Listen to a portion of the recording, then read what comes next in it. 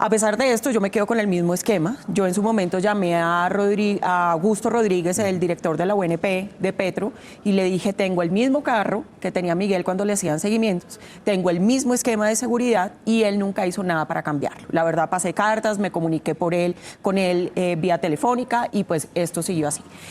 Hay historias que estremecen a un país entero, pero hay confesiones que obligan a hacerse una pregunta todavía más dolorosa. ¿En quién se puede confiar cuando hasta la seguridad puede estar comprometida?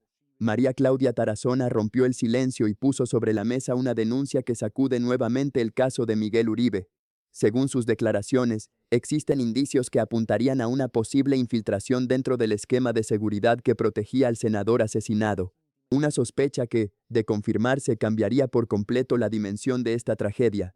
Pero lo más impactante no termina ahí. Tarazona habló de coincidencias, movimientos, información sobre los desplazamientos de Miguel y situaciones que, juntas, considera demasiado graves para ser simples casualidades.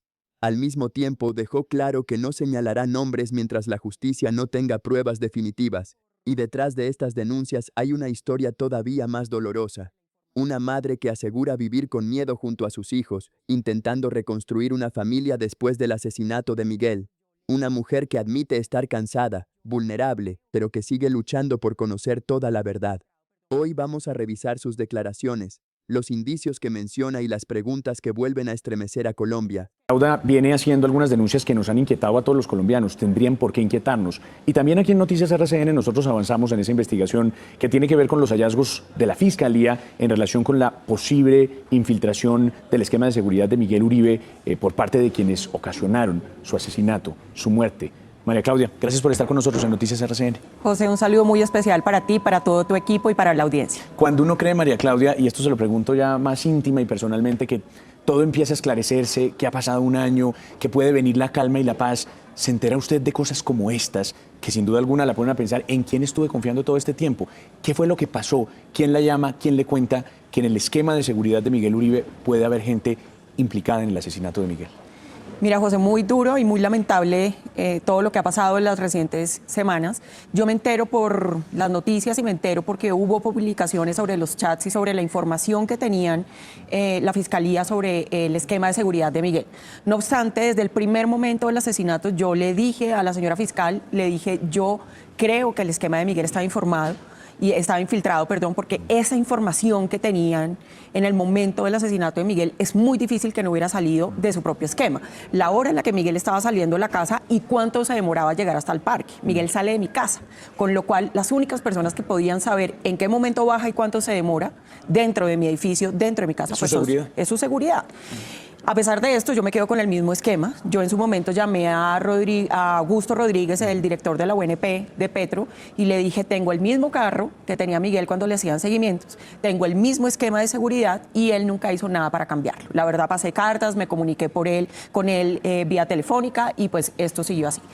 Lo que me dicen a mí las personas que han estado en investigaciones de magnicidio, como fue el de Luis Carlos Galán, la información de lo que sucedió sale de sus escoltas. Es decir, lo usual y lo normal dentro de la tragedia que es un magnicidio es que esa información proviene de los escoltas. Y por eso mismo hay que cambiarlos, digamos, de alguna había manera. Seguimientos, había información de mi hijo, había información de los movimientos míos y de mis hijos con Miguel, y eso está en los celulares. Entonces, es evidente hoy que los indicios son muy graves y muy fuertes con respecto a que el esquema de Miguel estaba infiltrado y es el mismo esquema que yo tengo hoy, que llevo a mi hijo al colegio, que acompaña a mis hijas y que me acompaña a mí y que evidentemente tienen toda la información de todos los movimientos de mi familia. Y ya le voy a preguntar qué ha hecho el actual gobierno en relación con esta situación que usted tiene, porque ya nos decía que por los lados del gobierno Petro no pasó nada, nunca hubo un cambio. Nada. Pero déjeme detenerme en esa figura de los dos escoltas de los que se habla.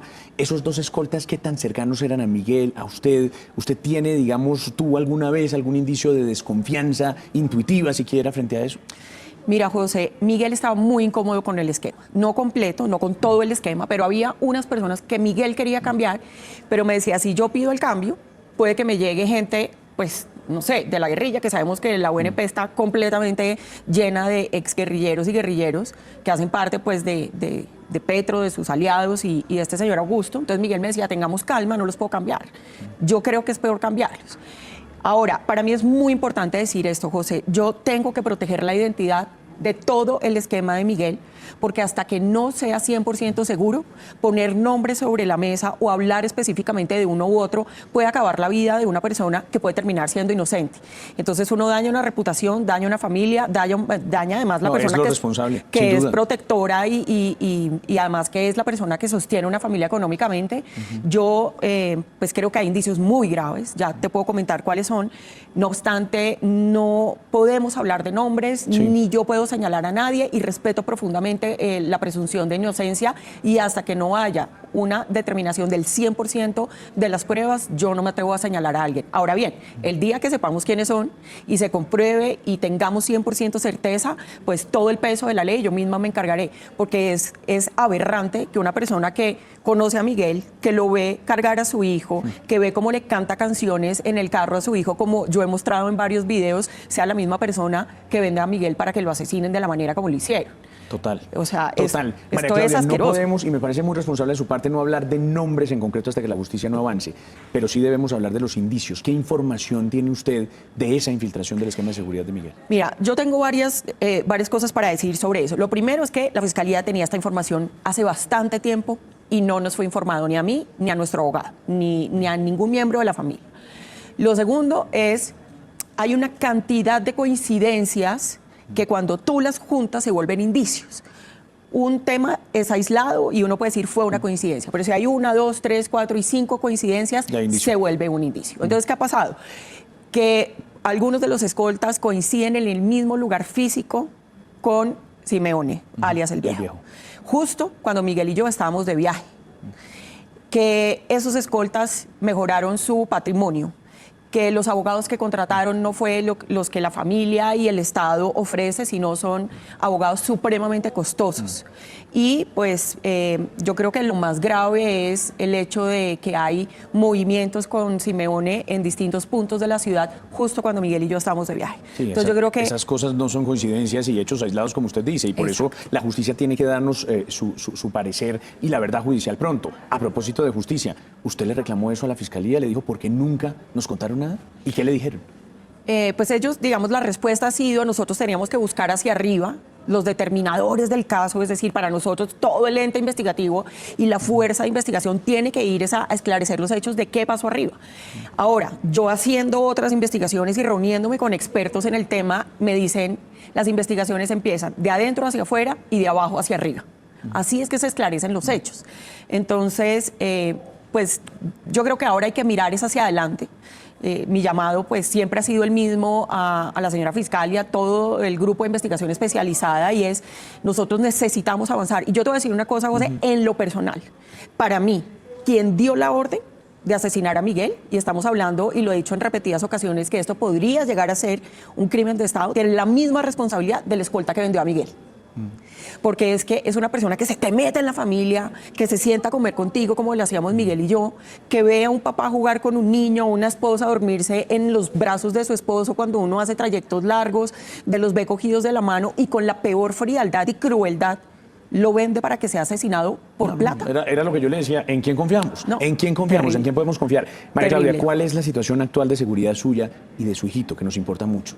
Mira, José, muchas personas me preguntan, bueno, ya asesinaron a Miguel, entonces esto ya está resuelto, ya no hay ningún peligro.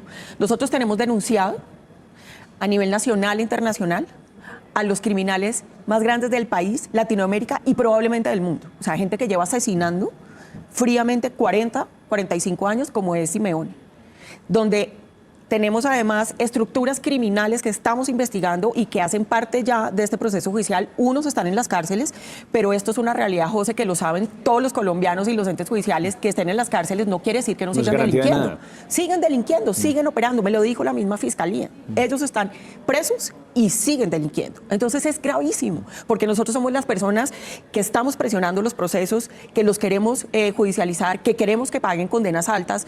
Yo soy la que me he opuesto a los preacuerdos que considero que no hacen razón a la justicia y que son una burla, y no solamente para nosotros como familia y Alejandro, sino además para el país, como fue el de alias El Costeño.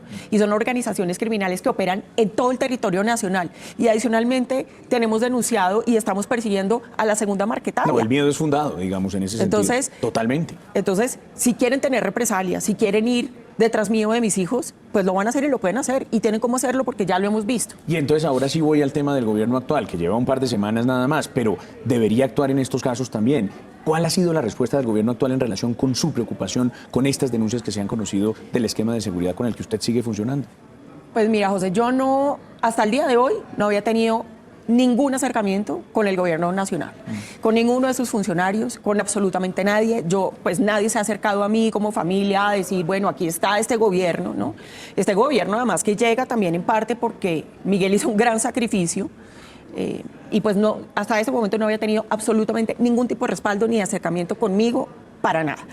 Pasa lo de las noticias, 3, 4 días en que se sabe y se publica lo de la infiltración del esquema de seguridad y yo por varios medios trato de comunicarme con alguien del gobierno. Mi abogado hace cartas oficiales, yo consigo gente que me dice, de pronto aquí te contestan y no pasa absolutamente nada.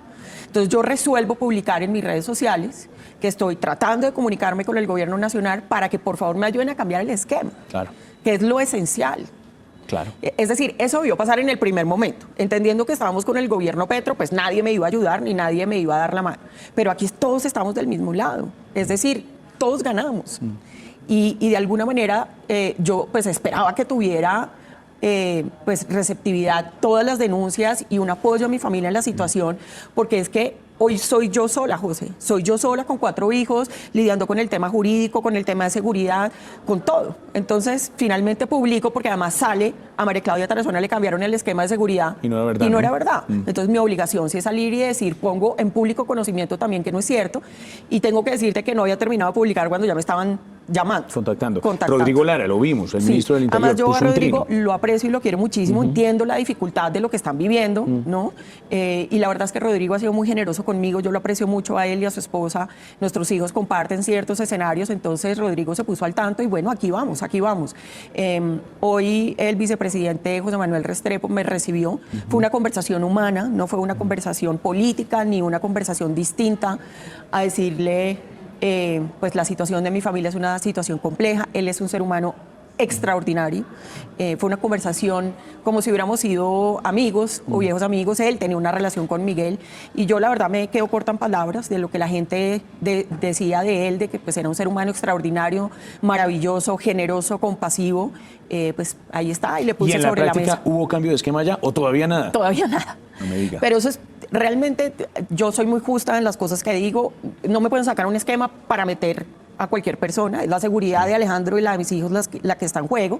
Entonces yo creo que están haciendo la tarea como es, de revisar hojas de vida, de dónde vienen. Uno de los escoltas que nosotros teníamos había hecho un curso de seguridad en el Caquetá. Entonces, pues no es lo mismo tener una persona que fue policía a un particular que hace un curso en el Caquetá y con quién te reuniste y quién hizo ese curso. Entonces yo creo que están asumiendo una gran responsabilidad conmigo, lo agradezco profundamente que en medio, además de todo lo que estamos viviendo, pues yo sea parte también de eso que hay que proteger y cuidar, porque es que la vida de los colombianos es igualmente valiosa independientemente de lo que sea, ¿no? Entonces, bueno, agradezco mucho al vicepresidente haberme dado un espacio para conversar y lloré mucho en esa reunión.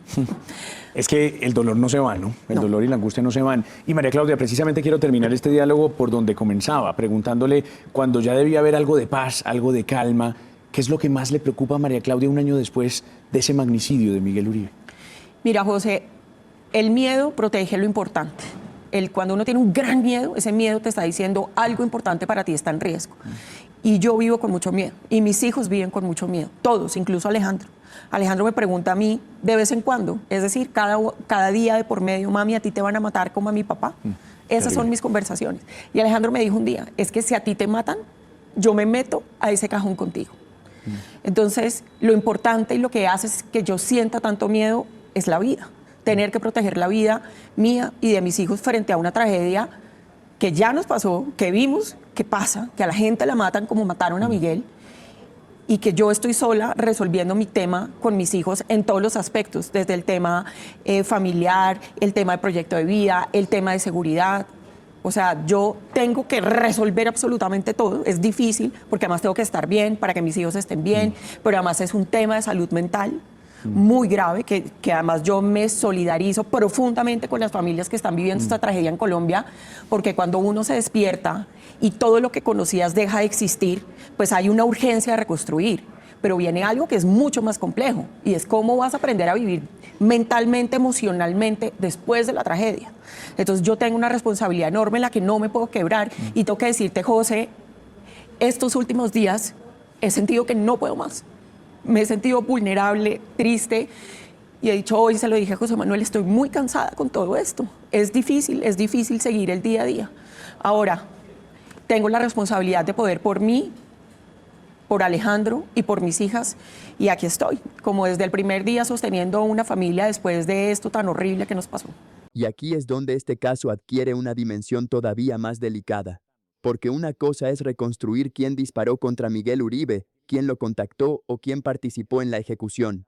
Y otra, mucho más profunda, es establecer cómo fue posible que información tan sensible sobre sus movimientos pudiera llegar a manos de una estructura criminal.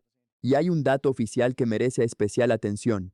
La propia Fiscalía ha venido avanzando judicialmente contra personas que, según la investigación, habrían participado en distintos niveles de la planeación y ejecución del magnicidio. Es decir, el expediente ya no se encuentra únicamente en la etapa de identificar al autor material. La investigación está intentando reconstruir una cadena mucho más amplia de responsabilidades. Pero aquí aparece la pregunta que, desde el punto de vista periodístico, considero fundamental. ¿Qué pasó con la seguridad antes del ataque y qué información estaba disponible dentro de ese círculo de protección? Porque si eventualmente se demuestra que alguien desde el entorno de seguridad entregó información, no estaríamos simplemente frente a una falla operativa. Estaríamos hablando de una posible ruptura de confianza desde el lugar donde precisamente debía existir la máxima protección. Y hay otro hecho que no puede pasar desapercibido. La Unidad Nacional de Protección informó recientemente que el esquema de seguridad de María Claudia Tarazona fue cambiado completamente después de que se conocieran estas preocupaciones. Eso demuestra algo muy importante. Las denuncias no pueden quedarse en declaraciones de televisión. Tienen que traducirse en protocolos, verificaciones, controles de confianza y, sobre todo, respuestas judiciales. Ahora bien, hay que ser extremadamente rigurosos. Una coincidencia no es una prueba y una sospecha no equivale a una condena. Precisamente por eso la investigación debe determinar qué información salió, quién podía conocerla, cuándo fue utilizada y qué relación tuvo, si alguna, con quienes ejecutaron el crimen. Porque al final, la pregunta que queda flotando es mucho más grande que el caso Miguel Uribe. ¿Puede un ciudadano confiar plenamente en quienes tienen la responsabilidad de protegerlo? La respuesta no puede estar en rumores ni en especulaciones. Tiene que estar en los expedientes, en las pruebas y en una verdad judicial completa. Y Colombia tiene derecho a conocerla.